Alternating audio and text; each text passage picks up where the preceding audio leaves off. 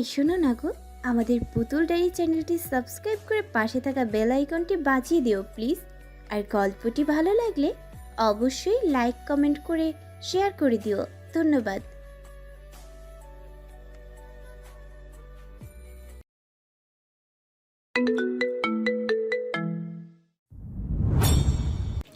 এত খোঁজাখুঁজির পর হুট করে আজ ফারিহাকে দেখে স্থির দৃষ্টিতে চেয়ে রইল নিবিড়।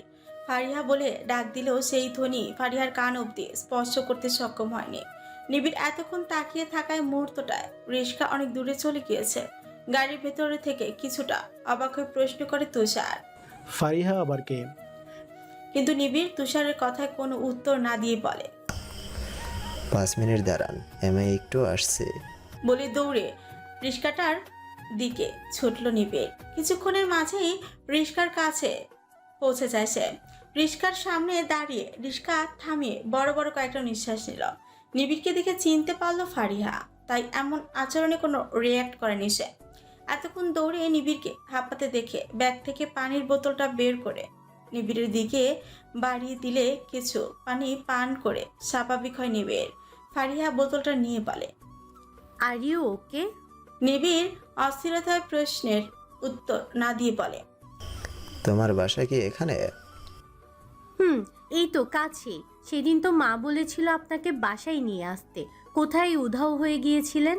নিবিড় এবার কিছুটা স্বাভাবিক হয়ে বলে, ও সব অনেক কাহিনী, পরে বলবো। এখন তোমার অ্যাড্রেসটা দাও। মা বলেছিল ছেলেটাকে আবার খুঁজে পেলে বাসায় নিয়ে যেতে। এরপর ফারিয়া নিজেও অনেক খুঁজেছে তাকে, তাই অ্যাড্রেস না দিয়েই বলে, অ্যাড্রেস দেওয়ার দরকার কি? আমার সাথেই চলুন, আমিও কোচিং শেষ করে বাসার দিকে যাচ্ছি। কোচিংয়ের কথা শুনে নিবিড় বলে, কোন ক্লাসে পড়ো? ইন্টারে। এবার পরীক্ষা দিয়েছো? না, সামনের বার দিব। নিবিড় আর কিছু জানতে চাইল না, সব পরে জানা যাবে। ওইদিকে রাজ তুষার এরাও অপেক্ষা করছে, তাই তারা নিয়ে বলে, এখন একটা ঝামেলায় পড়েছি, তাই তোমার সাথে যেতে পারছি না। অ্যাড্রেসটা দাও তাড়াতাড়ি, বিকেলের দিকে আসবো আবার। তোমার আম্মুকে বলে দিও। ফারিয়া অ্যাড্রেস দিলে এর মাঝে তুষারও এসে দাঁড়ায় তার পাশে। একবার ফারিয়ার দিকে, আরেকবার নিবিড়ের দিকে তাকাচ্ছে। কিছুক্ষণ নিশ্চুপ থেকে হতাশ ভঙ্গিতে বলে, নীলা ও নীরা দুজনেই একসাথে গাড়ির মাঝে বসে আছে। তুষারের কথায় ফারিয়া কিছু বুঝতে না পারলো। নিবিড় বুঝতে পেরে কিছুটা নিচু স্বরে বলে, ও আমার বোনের মতো, ফালতু কথা বকবি না। তুষার এবার সিরিয়াস ভাব নিয়ে বলে। মেয়েটাকে? ফারিয়ার থেকে বিদায় নিয়ে তুষারকে নিয়ে হাঁটা ধরে নিবিড়। ফারিয়া অবাক হয়ে চেয়ে রইল দুজনের কাণ্ডে। মনে টেনশন ঢুকে গেল তার। কাকে অ্যাড্রেস দিয়েছে? কোনো বাটপারে খপ্পরে পড়তে যাচ্ছে না তো সে? অ্যাড্রেস দিল আর একদিন হুট হুট করে একদিন দেখবে বাসার সব কিছু নিয়ে গায়েব। ফারিহার মনে এমন দুশ্চিন্তা জেগে উঠলেও আবার নিজেকে বুঝ দেয় যে না, ছেলেটাকে দেখে ভালোই মনে হয়। নিবিড় হাঁটতে হাঁটতেই বলে, তুষারও তার সাথে হাঁটতে হাঁটতে বলে, মেয়েটাকে সেটা পরে বলবো তোকে। ভাই, আমি বুঝতে পারছি না কি করছিস।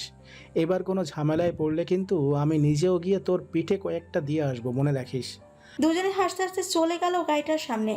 নীলা তখন সবার সামনে চুপ করে রইল। এসব মেয়ে সম্পর্কে কিছু জিজ্ঞেস করলো না তাকে। নীলা ও নীরাকে নিয়ে বাসায় প্রবেশ করলো। তারা নীলাকে দেখে ফরিদা আন্টি ও নীলার বাবার মন খুশিতে নেচে উঠল। নীরাকে দেখে তাদের হাস্যোজ্জ্বল মুখে আধার নেমে আসে। ফরিদা আন্টি রেগে গেলে রাজ তাকে শান্ত করার চেষ্টা করে।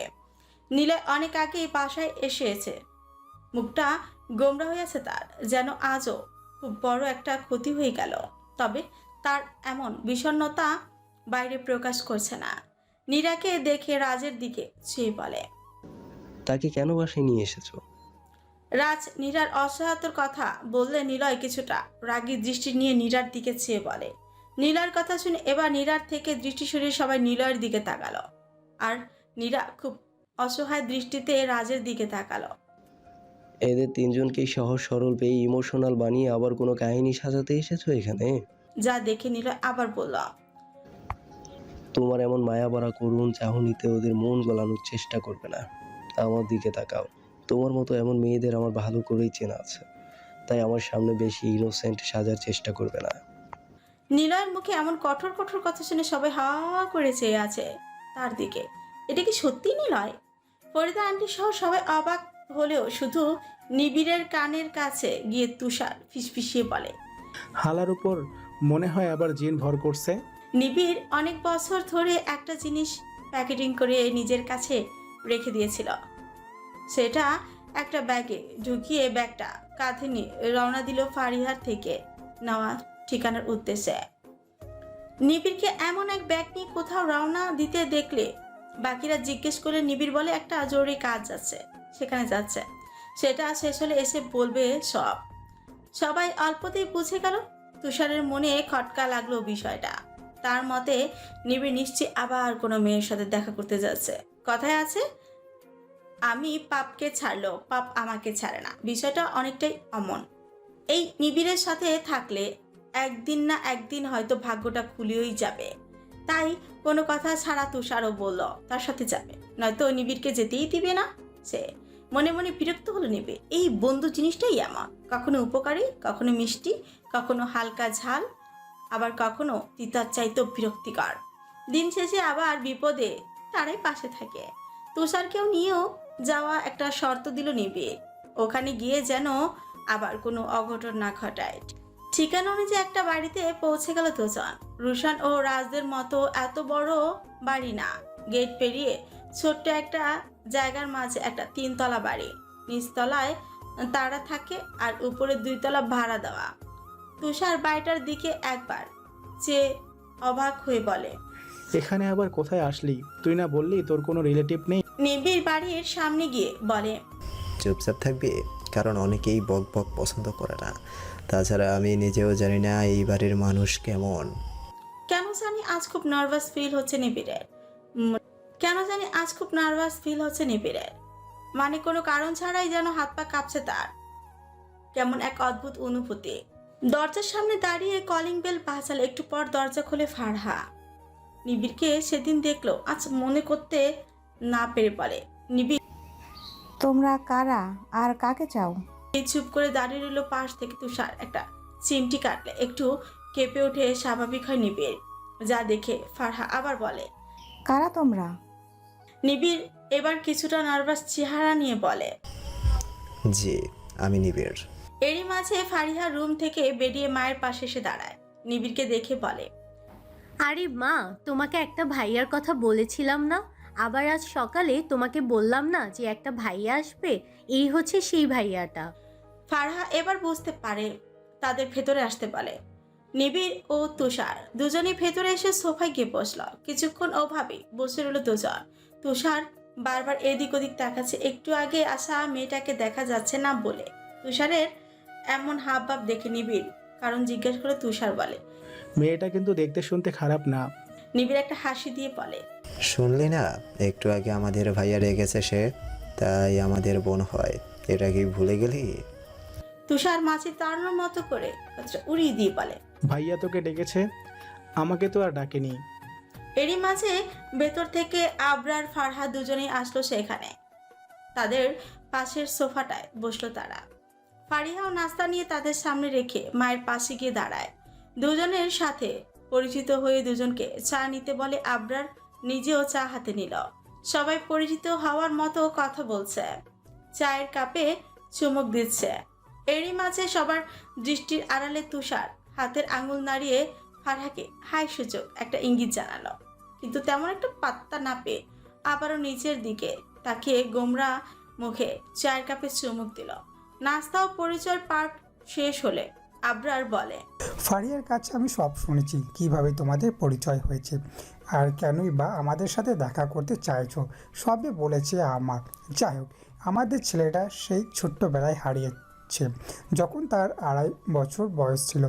এখন বেঁচে আছে কি না তারও কোনো নিশ্চয়তা নেই, কিন্তু তুমি নাকি ফারিয়াকে বলেছো আমাদের ছেলেকে খুঁজে দিতে পারবে। এটা কিভাবে পসিবল? আবরারের কথা শুনে পাশ থেকে তুষার বলে, আঙ্কেল, নিবিড়ের নিজেরই তো কোনো বাবা মা নেই, তার বাবা মাকে সেটা সে নিজেও জানে না, তাহলে সে কিভাবে আপনার হারিয়ে যাওয়া ছেলে খুঁজে দিবে? আবরার এবার কিছু না বলে ফারহার দিকে তাকালে ফারহা বলে, সে নিজেই তো আমাকে নিশ্চয়তা দিয়েছে যে ভাইয়াকে খুঁজে দিতে পারবে, আপনাদের সাথে দেখা করতে চায়, তাই তো আমি নিয়ে আসলাম। আবরার এবার কিছু না বলে ফারিহার দিকে তাকালে ফারিহা বলে। এবার নিবিড়ও চুপ থাকা অবস্থায় ব্যাগ থেকে সেই প্যাকেটিং করা জিনিসটা বের করে আবরারের হাতে কিছুটা জড়তো মাখা গলায় বলে, এটা খুলে দেখেন তো কিছু চিনতে পারেন কি না। আবরার এবার তা হাতে নিয়ে তা আনবক্স করতে লাগলো। খুলে ভেতরে দেখে একটা জামা, একটা প্যান্ট, একজোড়া ছোট্ট ছোট্ট জুতা আর একটা হাত ঘড়ি। আবরার আর ফারহা ওসব দেখে অবাক ভঙ্গিতে দুজন একে অপরের দিকে মুখ চাওয়াচাই করছে। ফারহা সেগুলো হাতে নিয়ে বলে ওঠে, এগুলো তো আমার সেই ছোট্ট ফাহাদের গায়ে ছিল সেদিন। নিবিড় আবার কিছুক্ষণ চুপ করে রইল। কয়েক ফোঁটা জল গাল বেয়ে ফ্লোরে আছড়ে পড়ল। এক মুহূর্তের জন্য যেন নিস্তেজ হয়ে রইল। কিছু বলার জন্য যেন সে বাকশক্তি হারিয়ে ফেলেছে। সে কি এক অদ্ভুত অনুভূতি। কিছুক্ষণ নিশ্চুপ হয়ে রইল সে। চোখের জল গাল বেয়ে গড়িয়ে পড়েছে তা নিজেই বুঝতে পারেনি এতক্ষণ। একটা ঘোরের মধ্যে থেকে বেরিয়ে হঠাৎ বুঝতে সক্ষম হলো যে তার চোখ বেয়ে অশ্রু গড়িয়ে পড়েছে। আর আবরার ফারহা দুজনেই চেয়ে আছে তার দিকে। নিবিড় চুপচাপ চোখ মুছে নিয়ে নিজেকে স্বাভাবিক করার চেষ্টা করে তাদের দিকে চেয়ে বলে, আমাকে যেই মানুষটা কুড়িয়ে পেয়েছিল এগুলো তার কাছেই ছিল। আমি জানার পর এগুলো যত্ন করে এত বছর নিজের কাছে রেখে দিয়েছিলাম। সেদিন শপিং মলে আবরার ফারহার থেকে ছোট্ট ফাহাদ কিভাবে হারিয়েছিল গল্পটা প্রায় সকলেরই অজানা। সময়টা ছিল আজ থেকে 20 বছর আগে, নির্জনের সাম্রাজ্য তৈরির শুরুর দিকটা। তখন ছেলেধরা নামে একটা জাল ছড়িয়ে গিয়েছিল সমগ্র দেশ জুড়ে। 5 থেকে 6 বছরের বাচ্চাদের নিয়ে তাদের ড্রাগসে আসক্ত করা হতো। হাত পা কেটে কোনো একটা হাত পা ভেঙে দিয়ে বিভিন্ন শহরে ছেড়ে দেওয়া হতো। হাত পা একটা ভাঙা, তার উপর মায়াবী চেহারার এই বাচ্চাগুলোকে দেখে অনেক মানুষই তাদের সাহায্য করত। সারাদিন তাদের দিয়ে শহরে ভিক্ষা করিয়ে রাতের বেলায় এক জায়গায় নিয়ে রাখত। এরই মাঝে যারা এসবে পারদর্শী নয় তাদের বেচে দেওয়া হতো বিভিন্ন পার্টির কাছে। আর তার এই পাচারের বিজনেসটাও বাইরের দেশের সাথে শুরু হয় কয়েক বছর আগে থেকে। ধীরে ধীরে এখন এইটাকে প্রফেশনাল বিজনেস বানিয়ে ফেলেছে সে। কারণ বিনা পুঁজিতে শত শত কোটি টাকা ইনকাম। সেদিন আবরার ফারহার চোখের আড়াল হতেই ফাহাদকে নিয়ে যায় ওই দলের একজন লোক। মুখ বাঁধা ছিল দেখে কেউ তাকে চিনতে পারেনি। আবরার ফারহা সারা শপিং মল খুঁজেও আর পায়নি ছোট্ট সেই ফাহাদকে নিয়ে লোকটা তাদের আস্তানায় গেলে ওখানকার লিডার এই ছোট্ট ছেলেটাকে দেখে তুলে আনা লোকটার উপর ভীষণ ক্ষেপে যায় অনেকটা। কোন বাচ্চাকে ধরে নিয়ে এলে? এ তো এখনও ঠিকভাবে মুখে কথা উচ্চারণ করতে পারে না, আর না এখনও ঠিকভাবে হাঁটতে শিখেছে। তোদের বলা হয়েছে 5-6 বছরের বাচ্চাদের নিয়ে আসতে, যাদের সব কিছু শেখানো যাবে। আর এটার বয়স তো খুব জোরে সোরে 2 বছর হবে। একে পালতে পালতে বড় করতেও তো আরও 2-3 বছর লাগবে। নিজের নাম কি সেটাও এখনও বলতে পারে না। একে দিয়ে কী হবে আমাদের? একটা কাজ ঠিকভাবে করতে পারিস না? ফাহাদকে কোলে নিয়ে থাকা লোকটা মাথা নিচু করে বলে, মাফ করবেন ভাইয়া, আর এমন হবে না। এখন এটাকে কি করব? কোনো রাস্তায় গিয়ে ছেড়ে দেয়, রাস্তার কুকুরদের একবেলা পেট ভরবে। এছাড়া কি বা কাজে আসবে আমাদের? লোকটা আবার বলে। এরপর ফাহাদকে রাস্তায় ছেড়ে দিয়ে তারা চলে যায়। একা একা একটা ছেলেকে কাঁদতে দেখে একজন মহিলা সেখান দিয়ে যাওয়ার মুহূর্তে এগিয়ে এসে ফাহাদকে কিছু জিজ্ঞেস করলেও ফাহাদ কিছু বলতে পারেনি, শুধু চিৎকার করে মা মা বলে কাঁদছিল। মহিলাটার কোনো সন্তান ছিল না। মাঝ রাস্তায় এই ছোট্ট ছেলেটাকে দেখে নিজের মায়া হলো অনেকটা। সেই হারানো দীর্ঘ 20 বছর পর আর সেই ছোট্ট ফাহাদ তাদের সামনে। তবে ফাহাদ পরিচয় নয়, তার নতুন পরিচয় নিবিড়। নিবিড়ের কথা শুনে কিছুক্ষণ নিশ্চুপ হয়েছিল সমস্ত ঘর। তুষার এবার কিছুটা বুঝতে পেরেছে নিবিড়ের সাথে এদের সম্পর্ক কিসের। তাহলে কি এরাই নিবিড়ের বাবা মা? কিছুক্ষণ নীরব থাকার পর মায়ের পাশ থেকে মায়ের দিকে তাকিয়ে ফারিহা বলে, সব না হয় বুঝলাম, কিন্তু তোমরা কিভাবে শিওর হলে যে এটাই ভাইয়া? ফারিয়ার প্রশ্নে আবারও চুপ করে রইল সবাই। শুধু নিবিড় পাশ থেকে তুষার বলে ওঠে, এই আধুনিক যুগে এসে এমন বোকার মতো প্রশ্ন করলে হয়? বাবা আর ছেলের দুজনের ডিএনএ টেস্ট করালেই তো রেজাল্ট পজিটিভ নয়তো নেগেটিভ যে কোনো একটা আসবে।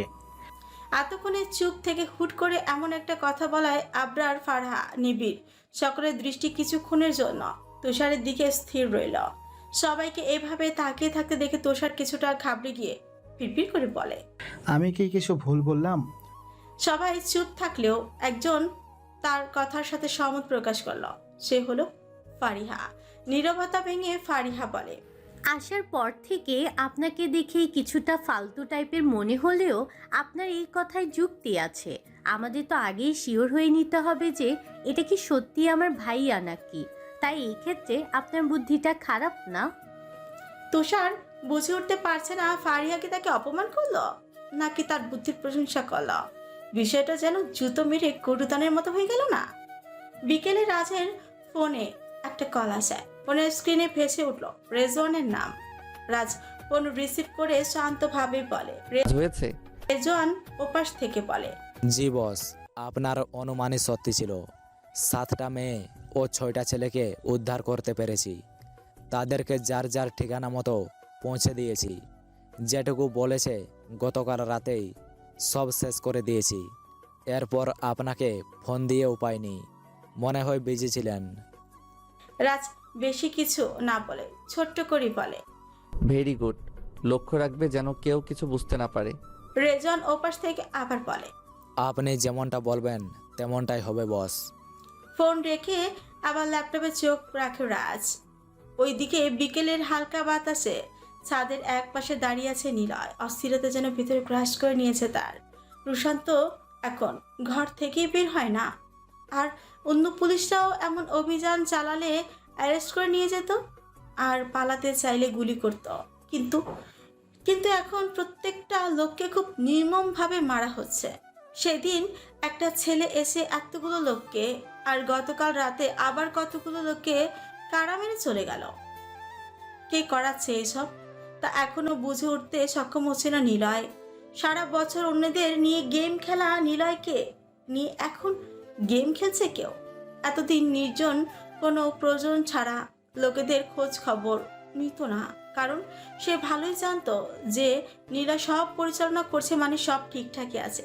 বাট এখন হুটহাট করে লোকেদের দলের শুধু লাশের খবরই পাচ্ছে সে, যা নিয়ে নিজেও অনেক চিন্তিত আর নীলার উপর ক্ষিপ্ত।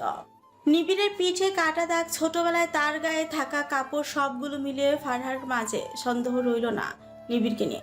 এত বছর পর ছেলেকে খুঁজে পাওয়ার অনুভূতিটা কেমন তা যেন ফারহা ব্যতীত আর কারো বোঝার শক্তি নেই। এত বছর ধরে যেই ছেলের জন্য চোখের জল ঝরেছে, আজ সেই ছেলে তার সামনে। এখনো বিশ্বাস হচ্ছে না, মনে হচ্ছে এটা কোনো স্বপ্ন। এই বুঝি চোখ খুললে তা আবার হারিয়ে যাবে। এটা সত্যি তার ছেলে? মুহূর্তটা কি সত্যি বাস্তব নাকি কল্পনা? একটু পর আবার সব শেষ হয়ে যাবে না তো? এত বছর পর ছেলেকে কাছে পেয়ে অশ্রুসিক্ত চোখে ছেলের কপালে গেল অজস্র চুমু এঁকে দিল ফারহা। নিবিড়ও কাঁদছে। ফারহা হাত দিয়ে চোখের পানি মুছে দিচ্ছে তার। আবরারও নিজের আবেগকে দমিয়ে রাখতে না পেরে ছেলেকে জড়িয়ে ধরলেন নিজের সাথে। আজ 20 বছর পর বাবা মা তার ছেলেকে খুঁজে পেয়েছে। তাদের এই প্রাপ্তির মুহূর্তটায় সাক্ষী হিসেবে পাশ থেকে অপলকভাবে মুগ্ধ দৃষ্টিতে চেয়ে আছে তুষার ও ফারিহা। যেন প্রথম কোনো কল্পনা আজ তাদের সামনে বাস্তবে রূপ নিয়েছে। বেশ কিছুক্ষণ এভাবেই কেটে গেল। নিবিড় অশ্রু মুছে বাবা মায়ের দিকে চেয়ে বলে, আমার জীবনের একটা ইচ্ছে ছিল আমার বাবা মাকে কাছ থেকে একবার দেখার। আমার চাওয়াটা পূরণ করেছে সৃষ্টিকর্তা। আমার আর জীবনে কোনো দুঃখ থাকবে না। কিন্তু তোমরা এত বছর অপেক্ষা করেছো, আর কিছুদিন কি অপেক্ষা করতে পারবে না? ফারহা এখনো ইমোশন নিয়ে বলে, আর অপেক্ষা করতে চাই না। আজ থেকে এখানেই থাকবি তুই, আমার পাশে পাশে থাকবি, যেন সারা দিন তোকে চোখের সামনে দেখতে পারি। নিবিড় আবার বলে, তোমরা না পারলেও তোমাদের আরও কিছুদিন অপেক্ষা করতে হবে মা। আর একটা কথা, আমার ব্যাপারে যেন এখন তোমরা ছাড়া আর কেউ না জানে। সময় হলে সবই এমনিতেই জানতে পারবে। তোমাদের সবার সাথে আমার যোগাযোগ থাকবে, শুধু যতদিন না আমি বলবো ততদিন আমি যে তোমাদের ছেলে এটা যেন কেউ না জানে। কারণটা তোমাদের পরে বলবো। আমি আমার জীবনের সবটা বলবো তোমাদের। আর তুষার ও ফারিয়ার কথা রাখতে আমি ডিএনএ টেস্ট করতে রাজি আছি। আমি চাই না কারো মনে কোনো সন্দেহ থাকুক। পাশ থেকে ফারিহা বলে, আমায় ভুল বুঝো না ভাইয়া, তোমার এই ফালতু বন্ধুটাই তো ডিএনএ টেস্টের কথা উঠালো। আমি তো সব সময় চাইছিলাম যে আমার ভাইয়াকে খুঁজে পাই। প্লিজ ভাইয়া, আমার কথায় তুমি মন খারাপ করো না। সব কিছুর জন্য সরি ভাইয়া। শেষের সরি শব্দটা খুব করুণভাবেই বলে ফারিহা। ফারিহার কথায় কথায় তুষারকে খোঁচা দেওয়া তুষার নিজের মাঝে পিটপিট করে বলে, উপকার করতে চাইলেও এখন সব দোষ আমার। এত বছর পর ফ্যামিলিকে কাছে পেয়ে কে বা হারাতে চাইবে তাদের? তবুও নিবিড়কে চলে যেতে হচ্ছে আজ। সবার থেকে বিদায় নিয়ে বের হতে সন্ধ্যা পার হয়ে গেল। ফেরার সময় তুষার বলে, এত বছর পর ফিরে পেলি তাদের, আজই আবার চলে যাচ্ছিস কেন? নিবিড় কিছুক্ষণ চুপ থেকেই বলে, আমার লাইফ এখন অনেকটা রিস্কের মাঝে চলছে। তোর কি মনে হয় আমি যার মাথা কেটেছি তার দলের অন্যরা আমাকে এমনি এমনি ছেড়ে দিবে? ওরা কোনো না কোনোভাবে আমার ক্ষতি করবেই। আর আমি চাই না এটার সূত্র ধরে কেউ আমার ফ্যামিলির ক্ষতি করুক। তাই না চাইতেও দূরে সরে যাচ্ছি কিছু সময়ের জন্য। তবে বাবা মাকে তো খুঁজে পেয়েছি, আমার আর দুঃখ কিসের? এখন মরে গেলেও আমার আফসোস থাকবে না। তুষার এবার বিষয়টা বুঝতে পেরে আর কিচ্ছু বলল না। নিবিড়ের মন খারাপ দেখে টপিক চেঞ্জ করে বলে, আর যাই বল, তোর বোনটা কিন্তু তত সুবিধার না। নিবিড় ফির কুচকে বলে, সে আবার কি করেছে? যতবার আমায় নিয়ে কথা বলেছে ততবার একটা করে খোঁচা দিয়েছে। ওর কথা শুনে মনে হচ্ছে আমি কোনো সময় ওর পাকা ধানে মই দিয়েছি। নিবিড় একটু মুচকি হেসে বলে, এমনটা কেন করবে না? চিনিস না জানিস না একটা মেয়েকে দেখেই সেখানে যাওয়ার পর থেকে মেয়েটার দিকে তাকিয়েছিলি। আবার মাঝে মাঝে দেখলাম হাত নাড়িয়ে হাই হ্যালো করছিস। তখন ওর জায়গায় আমি হলে তো তোকে জুতা খুলে মারতাম। তুষার এবার একটা ঠোক গিলে বলে, তুই কিভাবে দেখলি এসব? নিবিড় আবারও হালকা হেসে বলে, তোকে আগা গোড়া আমার চেনা আছে, আমার কাছে সাধু সাজতে আসিস না। তুষার একটা দীর্ঘশ্বাস ছেড়ে বলে, মেয়েটাকে আমার প্রথমে ভালো লাগলেও এখন মনে হচ্ছে যে ওর জামাই হবে, তার জীবন তেজপাতা বানিয়ে ছাড়বে। নিবিড় হাঁটতে হাঁটতে স্বাভাবিকভাবেই বলে, রাগী মেয়েদের ভালোবাসাও অনেক গভীর হয়। বলেই সামনে একটা গাড়ি দেখে ডাক দিল নিবিড়। আর তুষার শেষের কথাটা শুনে চুপ করেই রইল। আসলে কি তাদের ভালোবাসা গভীর হয়? বেশ কয়েকদিন পর স্বাভাবিকভাবেই বাইরে বের হলো রুশান আর রাজ। বাড়ির সামনে দোকানটা থেকে দুজন মিলে 2 কাপ চা খেয়ে রাস্তার এক পাশ ধরে হাঁটছে। হাঁটতে হাঁটতে তাদের কথোপকথনের মাঝে রুশান বলে, আমি ভালোই বুঝতে পারছি নির্জনের লোকদের ফাঁকির মতো মারা লোকটা আর কেউ না, তুই। রাজ কিছু না বলে চুপচাপ সামনের দিকে পা বাড়াচ্ছে। রুশান আবার বলে, এই একদিক দিয়ে ভালোই করছিস, যেমন কুকুর তেমন মুগুর হতে হয়। সারা দেশে ওর পপুলারিটি অনেক বলেই তাকে সরাসরি কিছু করতে পারছে না। প্রথমে তার সম্পর্কে সব কিছুর প্রমাণ বের করতে হবে, এরপর অ্যারেস্ট ওয়ারেন্ট আসলে সরাসরি তাকে অ্যারেস্ট করতে পারবো। মাঝে রুশানকে থামিয়ে দিয়ে রাজ বলে, তার মানে বলতে চাইছিস সব কিছুর মূল সেই নির্জন? আমি তো ভেবেছিলাম সে অন্যের হয়ে কাজ করে। রুশান এক চিলতে হাসি দিয়ে বলে, ও এইসব খারাপ কাজগুলো অন্যদের দিয়ে করিয়ে নিজে ভালো কাজগুলো নিয়ে থাকে, তাই ওর ব্যাপারে কেউ কিছু জানতে পারে না। সবাই তার পজিটিভ দিকটাই ভাবে, আর নেগেটিভ কিছু ধরা পড়তে গেলেও তার সহজেই আবার ধামাচাপা দিয়ে দেয়। বড় বড় পলিটিক্যাল ব্যক্তিরাও তার সাথে জড়িত, চাইলেও তার বিরুদ্ধে সরাসরি কিছু করাটা বোকামি, আর করলেও কোনো লাভ হবে না। ও শুধু কিং না, সে কিং মেকার। চুপচাপ কিছু না বলে হাঁটছে। তার মানে আরোহীর মা যা বলেছে সবই সত্যি? রুশান আবার বলে, তবে তুই যা করছিস তা আমার মতে ঠিকই করছিস। আইনের তো কিছু লিমিট আছে, তাই না? তোর তো আর নেই, যা খুশি করতে পারিস। তবে কেউ যেন বুঝতে না পারে, ওসব কিছু তদন্তের সময় বাকিটা আমি সামলে নেব। আজ টিউশনিতে গিয়ে অনেকটা চমকে গেল রাজ। ওই দিন আরোহী হালকা সাজুগুজু করলেও রাজের কড়া করে কিছু কথা শোনার পর আর এমনটা করেনি। ইদানিং মেয়েটার উদ্দেশ্য ভালোই বুঝতে পারছে রাজ। তবে এমনটা কিভাবে পসিবল? এতদিন বিষয়টাকে স্বাভাবিক ভাবে নিলেও এখন আরোহীর বাবাই তার প্রধান শত্রু হয়ে দাঁড়ালো। শত্রুর মেয়েকে টিউশনি করানো, আবার ওই মেয়ের প্রতি দুর্বল হয়ে পড়া, আবার আরোহীর বিয়ে, তার বাবার সাথে কাজ করা, একটা ছেলের সাথে ঠিক হওয়া, সব মিলিয়ে আরোহীর শেষটা কোথায় গিয়ে দাঁড়াবে এইটা নিয়ে রাজ নিজেও কনফিউজড। বয়স হিসাব করতে গেলে এখনো বাচ্চা একটা মেয়ে, সবে 18তে পা দিয়েছে। এই বয়সে এসব ফিলিংস যার তার উপর ইফেক্ট ফেলবে, এটাই স্বাভাবিক। আবেগের বয়স এটা, বিবেক দিয়ে ভাবাটা খুবই কঠিন। নয়তো এত বড় ঘরের মেয়ে, রাজের কিচ্ছু নেই জেনেও তার প্রেমে ধরা দিত না। নীল শাড়ি পরিহিত একটি মেয়ে টেবিলে বসে অপেক্ষা করছে তার টিচারের জন্য। হাতে নীল চুড়ি, একটু পরপর ইচ্ছে করে হাত নাড়া দিল। ঝুমঝুম ধ্বনি তৈরি হচ্ছে। জীবনে নির্দিষ্ট কাউকে উদ্দেশ্য করে প্রথম সাজের অনুভূতিগুলো ভালোভাবেই নাড়া দিচ্ছে মনের ভেতর। সেই সাথে টিপটিপ করে হার্টবিটের শব্দের সাথে মুখে মিশে আছে অনেকটা ভয়ের ছাপও।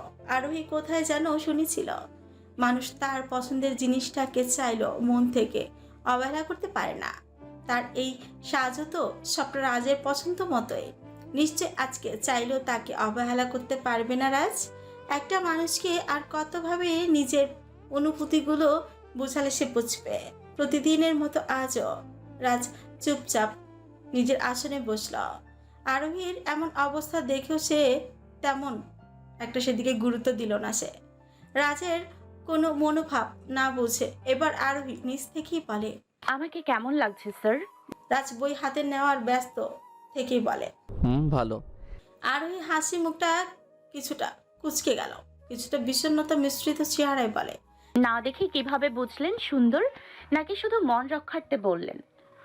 আমাকে কি খুব খারাপ লাগছে যে ভালো মতো তাকাচ্ছেন না? রাজ এবার বরাবর আরোহীর চোখের দিকে কিছুটা বিরক্তি নিয়ে বলে, এখানে কি তোমার দিকে তাকিয়ে থাকতে এসেছি নাকি তোমায় পড়াতে এসেছি? আর তুমিও কি পড়তে বসেছো নাকি নিজের সৌন্দর্য দেখাতে বসেছো? আরোহীর মনটা আরো বিষণ্ণ হয়ে গেল। রাজকে এভাবে চোখের দিকে চেয়ে থাকতে দেখে সে মাথা নিচু করে নরম স্বরে বলে, এভাবে রাগী দৃষ্টিতে চোখের দিকে তাকিয়ে থাকবেন না, আমার কেমন যেন লাগে। আর আপনার পছন্দকেই আমি সব সময় প্রাধান্য দিই, শুধু আপনার মুখে একটু হাসি দেখার জন্য। এমন গম্ভীরতায় আপনাকে একদম ভালো লাগে না। রাজ এবার কিছুটা স্বাভাবিকভাবে তাকিয়ে বলে, তোমাকে একদিন নিষেধ করেছি না আমার সামনে কখনো সাজুগুজু করে আসবে না? আরোহী এখনো মাথা নিচু অবস্থায় বলে, ভেবেছিলাম আপনি খুশি হবেন, আর আপনাকে হাসি খুশি দেখতে আমার খুব ভালো লাগে। আর রাজ কিছুক্ষণ চুপ থেকে বলে, তোমাকে হাজার বলেও কোনো লাভ হবে না দেখছি।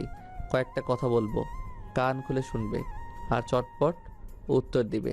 আরোহী মাথা এক কাত করে বলে, আচ্ছা। রাজ খুব শান্তভাবে বলে, তুমি কি আমাকে কিছু বলতে চাও?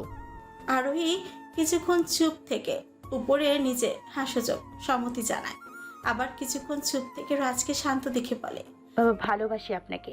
রাজ হয়তো আগে থেকে জানতো আরোহী এমন কিছু বলবে, তাই কিছুটা স্বাভাবিকভাবেই বলে, ভালোবাসার মানে বোঝো? আরোহী কিছুক্ষণ চুপ থেকে এখনো মাথা নিচু করে রাখা অবস্থায় বলে, ভালোবাসার মানে বুঝি কিনা জানি না, তবে আমি ভালোবাসি। আপনার সাথে সারাটা জীবন একসাথে পার করে দিতে চাই। একে অপরের ছোঁয়া, একে অপরের ছায়া হয়ে থাকতে চাই সব সময়। এর চেয়ে বেশি কিছুও যদি ভালোবাসার ভেতরে পড়ে তাহলে সেটা আমি বুঝতেও চাই না। আমি যতটুকু বুঝি আপনার সাথে একটি জীবন পার করার জন্য আমার ততটুকুই যথেষ্ট। বেশি কিছু চাই না, শুধু আপনি পাশে থাকলেই হবে। আরোহীর কথা শুনে কিছুক্ষণ তার দিকে চেয়ে রইল রাজ। কিছুক্ষণের নীরবতা ভেঙে রাজ আবার বলে ওঠে, আমাকে ভালোবেসে জীবনে কি পাবে? সাধারণ জীবন আমার। তোমার এই বিলাসবহুল জীবন ছেড়ে সাধারণ জীবনে নিজেকে মানিয়ে নিতে পারবে? ওভাবে সুখী হতে পারবে? আরোহীর সময় না নিয়ে ঝটপট বলে দেয়, আমার বাবা মায়ের জীবনও তো অসাধারণ, কোনো কিছুর অভাব নেই তাদের, তবুও তো তারা সুখী না। তাহলে আপনিই বলুন, শুধু বিলাসবহুল জীবনেই কি সুখ থাকে? তাহলে আমার মায়ের চোখে কেন আমি পানি দেখতে পাই? জীবনে সুখে থাকার জন্য বেশি কিছু লাগে না। বিশ্বস্ত দুটো হাত হলে কোনো না কোনোভাবে সারা জীবন পার করে দেয়া যায়। আর আমি চাই শুধু তেমনই একজন বিশ্বস্ত মানুষ, যে আমায় নিজের সবটুকু ভালোবাসা দিয়ে আগলে রাখবে। শুধু অসাধারণ জীবনেই যদি সুখ থাকতো, তাহলে আমাদের ফ্যামিলিও অনেক হ্যাপি হতো। রাজ এবার নিজের মাঝেই কনফিউশনে পড়ে গেল। আরোহী কি আবেগে এসে বলেছে? তার কথাবার্তায় তো শুধু আবেগ মিশেনি, চোখে মুখে ভালোবাসার ছাপও স্পষ্ট। এরই মাঝে কাজের মেয়েটা নাস্তা নিয়ে রুমে হাজির হলো। ট্রে রেখে চলে যাওয়ার মুহূর্তে রাজ তাকে ডেকে বলে, ম্যাডামের মানে আরোহীর মায়ের সাথে দেখা করতে চাই ইমার্জেন্সি।